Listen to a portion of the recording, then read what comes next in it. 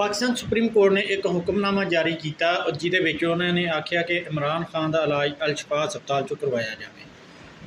Government ने तो अमल किया या नहीं किया ये उपर अज बहस नहीं करते। गल एक होर चीज़ से करनी है। गल ये करन वाली है कि जनाब अगर इमरान खान का इलाज डील के मुताबिक हो रहा तो ये सरासर जुल्म हो रहा, ज़्यादती हो रही है जिहड़ी असी अपनी तारीख लिख रहे हैं। अगर वो मैरिट ते हो रहा तो फिर मैरिट ते चीज़ां डिस्कस भी होनिया चाहिए और लोगों के इलाज भी मैरिट ते ही होने चाहिए। और तुसी ये देखो कि इमरान खान नूं बाकी मुल्क दीयां 14-15 पार्टियां वास्ते एक अजदहा बना के रखा होया और 14 पार्टियां नूं दस्सिया जांदा कि जनाब अगर तुसी साडी गल ना मन्नी तो असी इस अजदहे नूं छड्ड देना जिहड़ा तुहानूं सारिआं नूं खा जाएगा।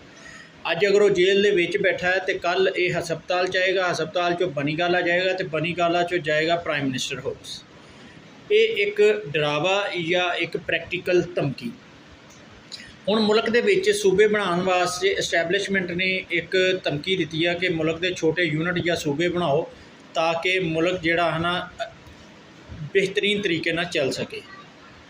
और पाकिस्तान पीपल्स पार्टी जिहड़ी इहदे उपर सब नूं ज़्यादा रुकावट पैदा कर रही है और मुस्लिम लीग नून भी हिचकिचाहट का शिकार आ। वो भी कुछ हद तक सूबे बनाने लई राजी है, अदरवाइज़ वो भी राजी नहीं है।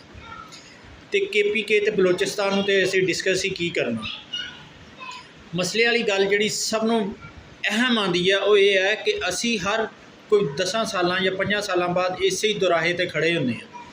जदों सानूं एस्टैबलिशमेंट कहती है कि साडी गल मन्नोगे, इसे ही तनख्वाह ते काम करोगे तो तुसी अगे चलोगे, नहीं तो अजदहा कोई ना कोई बैठा है वो आके तुहानूं सारिआं नूं खा जाएगा। हुण अगर असी यही मुतालिया पाकिस्तान लिखनी है, जिहड़े साडे मुल्क दे बच्चे अज दे नौजवान सानूं कहंदे आ कि साडी मुतालिया पाकिस्तान सच्ची नहीं सी, झूठी आ और साडे सिरां 'च छित्तर मारदी है, क्या असी भी वही मुतालिया पाकिस्तान नहीं लिख रहे? अज असी भी वही कुछ नहीं कर रहे जो साडे तो पहले 20 साल 50 साल पहले के लोग करके गए ने?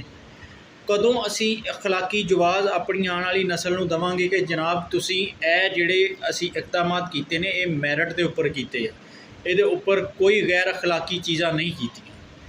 ये तुसी हुण मैनूं दसना कि जनाब मुल्क दे विच मैरिट आना चाहिए, एस्टैबलिशमेंट की ब्लैकमेलिंग खत्म होनी चाहिए है या सियासतदानां दी इस्टैबलिशमेंट नूं जिहड़ी ब्लैकमेलिंग हुंदी है कि जनाब तुसी साडे ते दस्ते शफकत रखोगे तो असी यह करांगे, तुसी इंज करोगे तो असी इंज करांगे। ये जिहड़ी चूहे बिल्ली वाला खेल खत्म नहीं होना चाहिए मुल्क दे विचों।